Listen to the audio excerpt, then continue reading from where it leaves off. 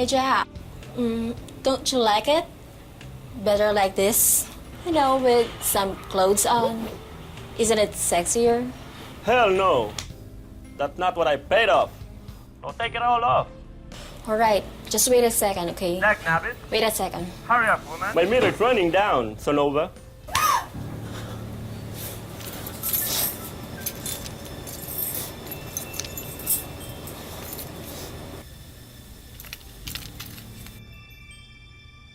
I'm back, Jack. And yeah, That's what I'm talking about.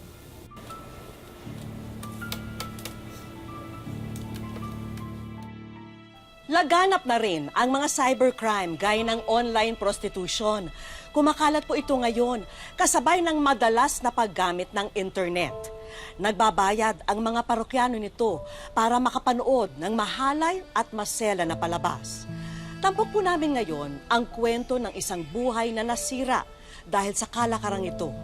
Ako po si Vicky Morales at ito ang wish ko lang. Alam mo, nakabisit yung crush ko. Hanggang ngayon, hindi niya pa ako pinapansin. Kung ano-ano ng pagpapansin ginagawa ko, nagpaparamdam na ako. Hindi niya pa rin ako niyayaya sa JS Prom. Gusto ko siya yung kadate ko. Diyos ko, baka ba din yun Masasaktan talaga ako pag nakita ko siya na may kadate na lalaki. May anong gagawin ko? Ano ba yan? Kanina pa ako emote ng emote dito. Ang tahimik mo. Hindi kasi ako makarelate sa mga pinagsasabi mo. JS Prom na talaga yung pinoproblema mo. Hindi pa nga tayo sigurado kung makakagraduate tayo eh. Bakit ba? Nagpaparinig na naman ba si tita? Kailangan magtrabaho para may katulong siya sa mga gastusin sa bahay. Bakit alam na alam mo? Kasi dialogue rin niya ng nanay ko eh. Basta ako, maka-attend lang ako ng JS Prom. Okay na ako kahit hindi makatapos. Ewan ko sa'yo, Lani. Alam mo, maghanap ka ng kausap mo. Ha? Sige na, bye-bye. Oy, huwag ka malilate sa klase bukas ha. Gusto ko maaga ako. Ay, pipilitin ko kasi pag napanaginipan ko si Crush, baka hindi ko na gustuhin gumising pa. Sira. Sige na, bye-bye. Nay, dito na po ako. Anak, mabuti dumating ka na. May maganda akong balita sa'yo. Nay, bakit niyo po iniimpake yung mga gamit ko? Siya nga pala si Disay. Recruiter siya galing sa Pampanga. Nandito siya para maghanap ng mga ipapasok na kasambahay. Kasambahay? Nay, sana tinanong niyo po muna ako kung gusto. Maylin, alam mo naman gipit na tayo. At saka hirap na ako maghanap ng pagkain natin araw-araw. Ito na lang naisip kong magandang solusyon. Paano yung pag-aaral ko? Nay, malapit na akong Hindi graduate. ka rin naman makakagraduate, anak, kung wala tayong pera. Sumunod ka na lang, ha? At saka, nag-advance na si Disay ng 3 buwan na sweldo mo. Wala na tong atrasa. Nay, pwede ko po bang tawagan muna si Lailani? Papaalam lang po ako. Si Lailani, yung pinsan mo. Eto pa ang maganda. Makakasama mo siya sa Pampanga. Pumayag na din kasi yung tita niya na magtrabaho siya. Hindi ka ba natutuwa, anak? Magkasama kayo nila, Nay, hindi. Hindi ko po gustong tumigil sa pag-aaral. Wala na tayong magagawa. Basta ito ang tandaan mo, Harka. Pag nasa Pampanga ka na, tawagan mo agad ang Tito Jonjon mo, okay? Nandito na tayo, baba na kayo.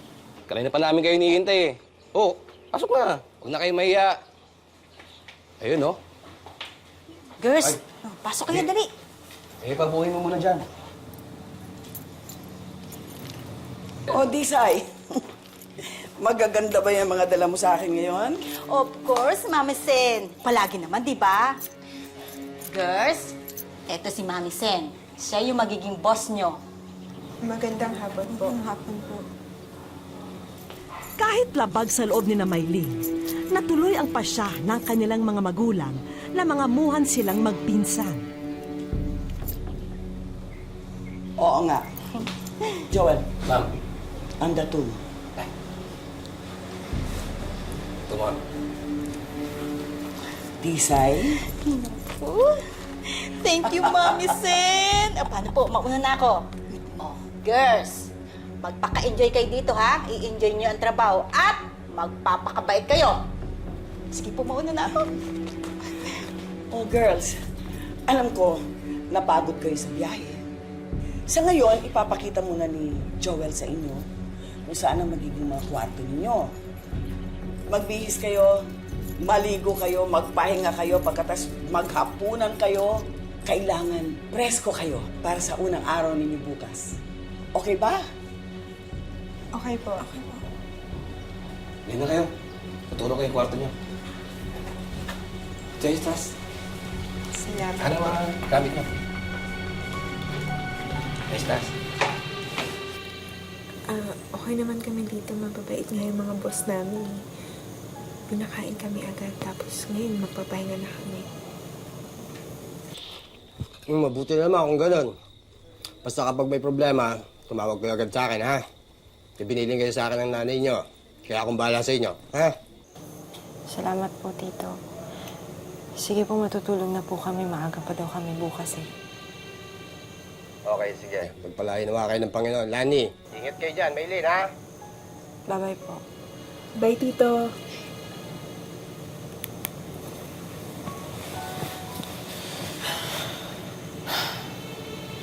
Ay, buhay. Parang life. Estudyante ka noon. Kasambahay ka na sa susunod. Sana okay dito. Para makapag-ipon tayo, tapos makabalik na tayo sa eskwela. Umaasa ka pa rin makakapagtapos tayo. Yun ang plano. Mag-iipon tayo, babalik tayo sa school, at gagraduate tayo. Ha? Okay. Tulog na tayo.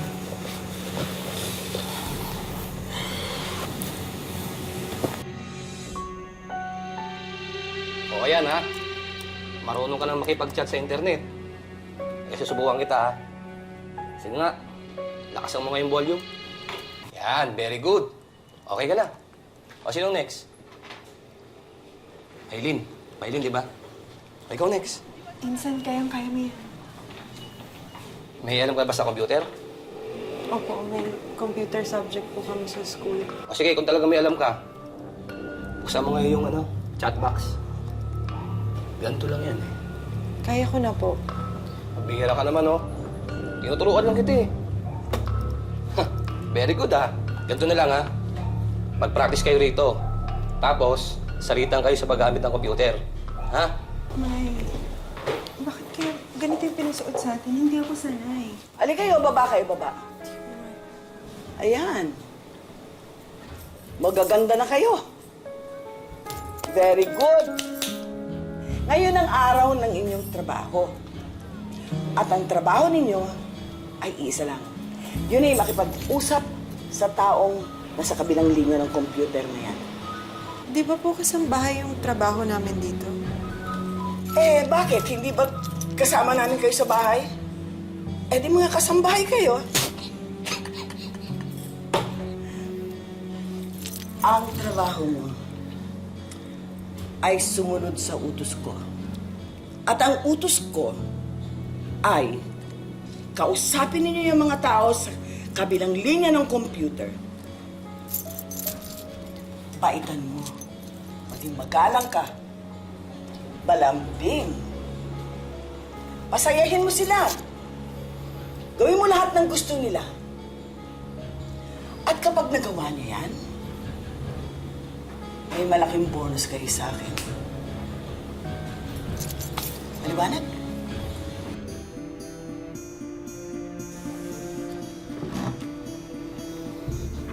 Nagtaka si Maylin kung bakit ganito ang silid na pinasok niya. Pero kinutuban na siya na iba ito sa inaasahan niyang magiging trabaho rito. Ale! Hi. This is your name. Hello. Maylin. My name is Maylin. Hey, that's a great name. How old are you? 16.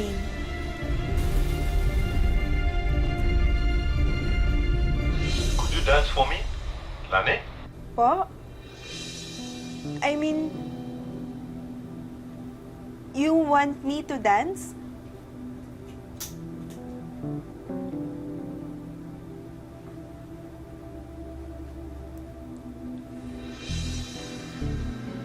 Oh, wow, you're so beautiful, baby. Take that shirt off. Excuse me? Take your shirt off. No! What do you mean, no? You're beautiful. Come on, I'm paying for this. Come on, make me happy. Hey, where are you going? What kind of operation is this? Sumunod ka sa kanya. Sundin mo kung anong gusto niya. Kung di mo gusto, ihataw ko sa'yo ito. Bakit? Pero, Mami Zen, bakit? Nagbayad na ako sa nanay mo. Binili na kita. Kaya wala kang magagawa kundi sundin ang gusto niya. Yun ang gusto ko. Sumunod ka. Bumalik ka doon. Kung hindi mo gustong hataw ko sa'yo ito, bumalik ka doon!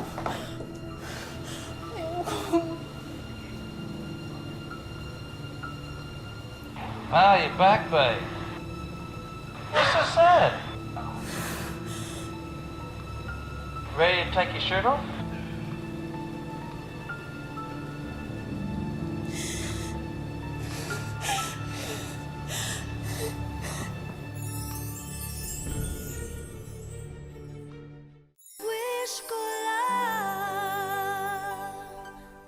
Dahil sa labis na kahirapan, pinilit ng kanilang mga magulang sina Maylene at Lailani na tanggapin ang trabaho sa Pampanga.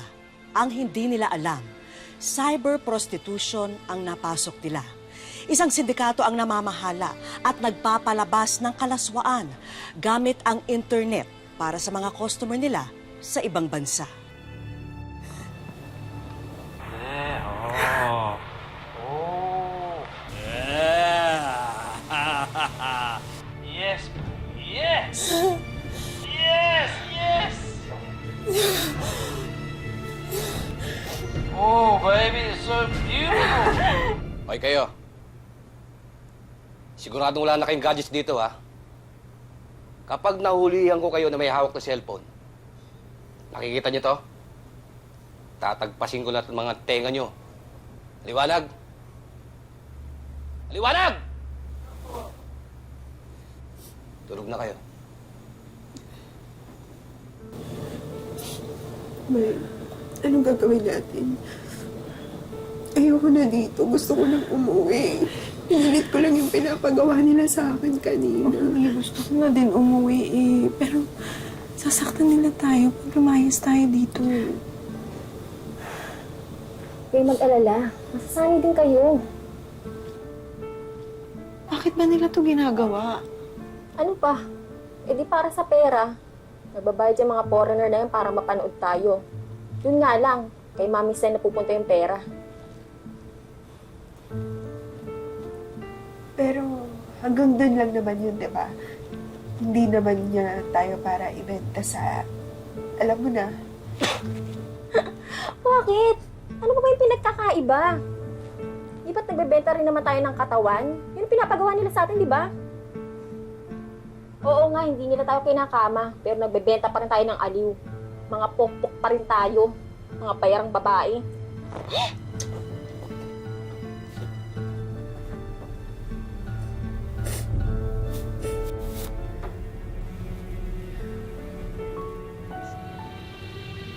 Naitago mo yan?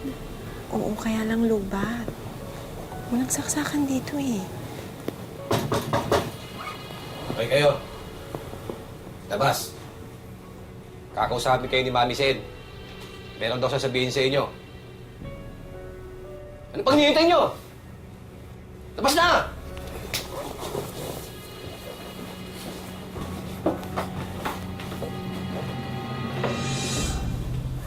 Kung inaakala ninyong kaya ninyo akong lokohin, nagkakamali kayo. Dahil lahat ng kinikilos ninyo sa computer, namo-monitor ko. Ang mahabang panahon na binibigay sa customer, malaki kikitain. Ang maigsi, maliit din ang kikitain. Ikaw, Presi, Ang tanda mo na dito? Hindi ka pa natuto? Bakit napakaiksi ng panahon mo kanina? Hindi ko naman kasalanan kung madaling matapos yung mga customer ko. Wala akong pakialam kung sino ang may kasalanan. Ang interest ko lang ay yung kikitain ko. Joel, 10 palo.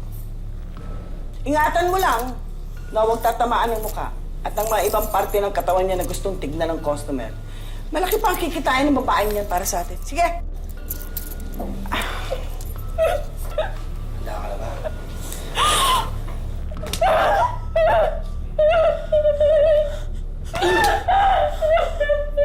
Medyo!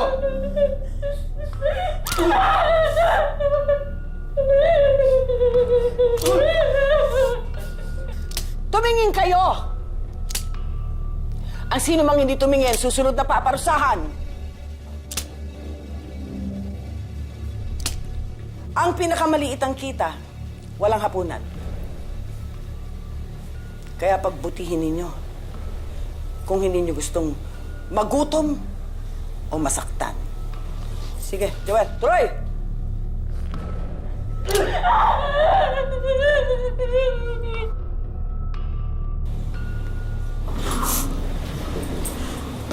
Bakit po? Special request ng customer mo. Anong special request? Hindi ka nang pumalag. Malaking binayad ng customer mo. Hindi na. Parehas lang tayong mahihirapan. That's it. Now we got a show.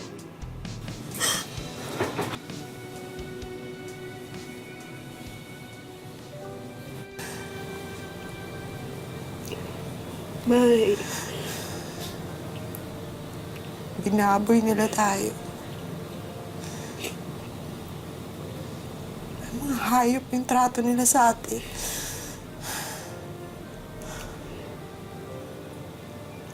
Pero makakatakas tayo. Makakaalis tayo sa impyernong to.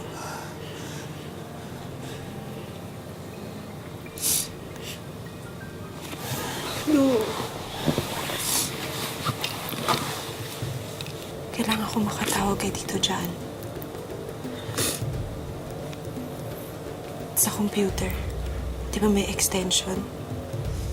Pwede ako makisaksak doon kahit sandali lang.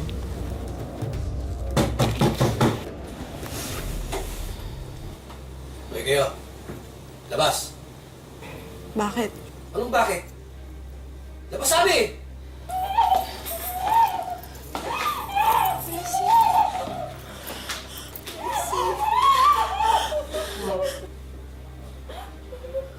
Ayaw na raw magtrabaho sa atin si Presi. Nagtangka siyang tumakas. At ito ang inabot niya. Ngayon, sino pang customer ang magkaka-interest na tignan ng mukha niya? Eh ngayon may pilat na. Sino? Oy! Kung hindi ka namin nakakakinabang,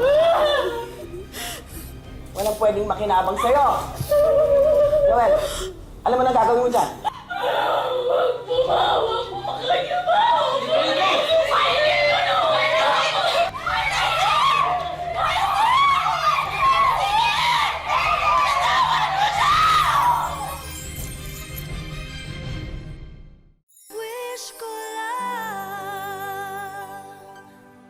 Sunod-sunod na kalbaryo ang hinarap ni Maylene at ng mga kasamahan niya sa cybersex den. Nagmistulang mga alipin sila na walang magawa laban sa pang-aabuso sa kanilang pagkatao. Alam ni Maylene na kung hindi sila gagawa ng paraan na makatakas, doon na sila mamamatay. Oh, baby. Hot, baby. Yeah. Sweet. Oh, come, daddy. Oh, more hot than last time, huh? Come on, come on. Oh, come on, baby. What's under that pillow?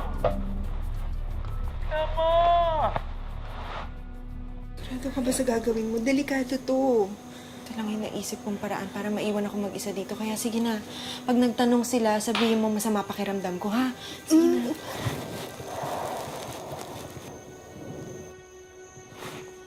Mag-iingat ka. Sige na.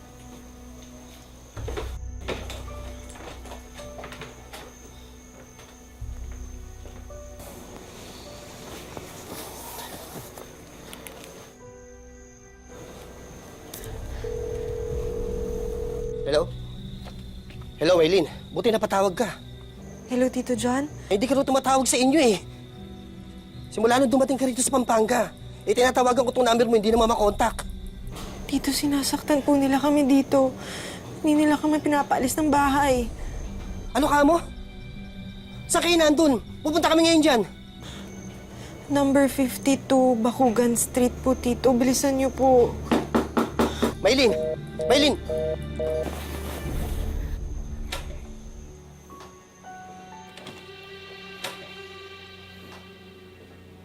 Balita ko may sakit ka daw ah. Sabi ni Lani. Totoo ba yun? Medyo okay na yung pakiramdam ko. Susunod na ako sa kwarto. Hindi, kinakausap pa kita eh. Ha? Saan ka pupunta? Tama ba? Total, nandito ka na rin lang eh. Mag-happy-happy na tayo. Bawi mo! Bitawan mo ako! Ayop ka! Ano pumamalan? Hoy! Joel! Ayop ka! Tigilan mo yan, ha? Ano ito? Mami, sorry. Ito kasi, nagdadailan eh. Ayaw magtrabaho. May sakit daw siya eh. Ganon? Opo. Talaga? Alika nga. Di ka daw! Patingin nga kung totoo. Natawag ka eh.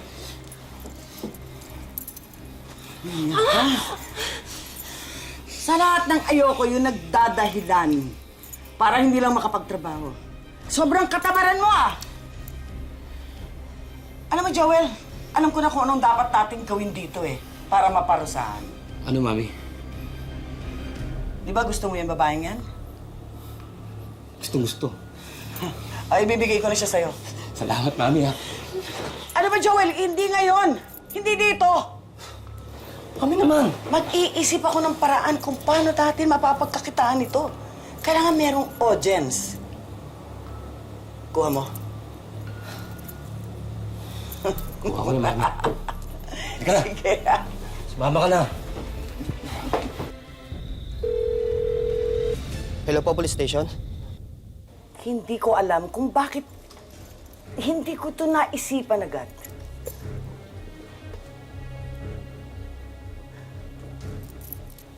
Hindi lang isa makakapanood sa'yo ngayon. Marami sila. Panonoorin nila kung paano ka wawasakin ni Joel. Joel, ay hinihintay mo. Salamat, madam ha. Hindi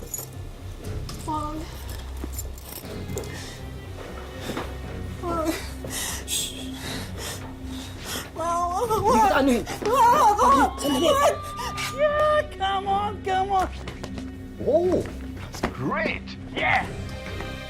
Yeah!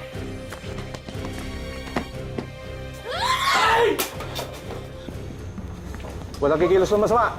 Nasaan ang amo nyo? Nasaan yung may-ari ng bahay? Si Maylin! Nasaan si Maylin? Walang gagalaw ito! Sir, pabasok na po yan. Diyos ko. Si Maylin! Nasaan si Maylin? Ano ito? Cellphone? May cellphone ka? Maganda ba ito sa'yo, ha? Gusto mo bang patayin kita ngayon din? Tigil! Walang gagalaw!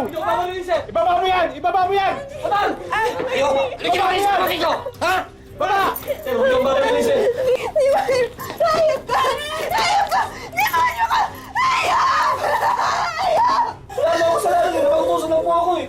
Presinto na kayo magpaliwanag! Tara na! Teka! Labas!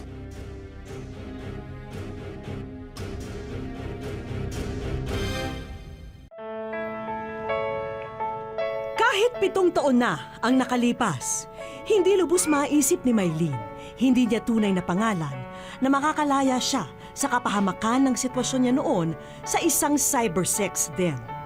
Kasi dati po, nandun po yung takot, yung kaba, yung trauma, na hindi po kami pinapakain, na hindi po kami sasahuran. At ngayon naman po, grateful na po ako kasi may sarili na po akong pamilya. Masaya na po ako sa simpleng buhay na meron kami ngayon. Sa ngayon, naririto siya sa Tacloban City para maghanap ng trabaho. Nagbabakasakali akong maghanap ng trabaho para matustusan ko yung pangangailangan ng anak ko. Kasi kung magkasama kami at nakikita ko siyang hindi nabibigyan ng gatas, ng diapers, mas masakit yun sa akin. Dati, meron kaming sari-sari store na kaunti na naiwan ng lola niya na namatay na kami yung nagpatuloy. Tapos, naglalako ako ng banana cue. Kaya nga lang na yung tinda na ubos kasi doon namin kinukuha yung gatas, yung pagkain, yung ulam namin. Nagpapasalamat si Maylene na nakayanan niyang lagpasan ang trauma na dulot ng nangyari noon. Doon ko nasabing magiging okay na ako nung nahatulan na yung amo ko ng habang buhay na pagkakulong. Masaya na po ako sa buhay ko. Nakapag-move on na din po ako sa past ko. Bilang ina at babae, ito ang kanyang mensahe para sa mga kababaihan at kabataan base sa naranasan niyang bangungot ng kahapon. Sana hindi niyo po itulak yung anak niyo na gawin ang isang bagay na alam niyo pong hindi dapat. Dahil obligasyon po ng magulang na pag-aralin at pagtapusin yung mga anak. At sa mga kabataan naman, kahit bata pa kayo, dapat maging mature na yung isip niyo na wag basta titiwala sa ibang tao. Wag po tayong maging agresibo dahil hindi matutumbasan ng pera ang kasiyahan na may bibigay mo ng ngayong bata ka pa.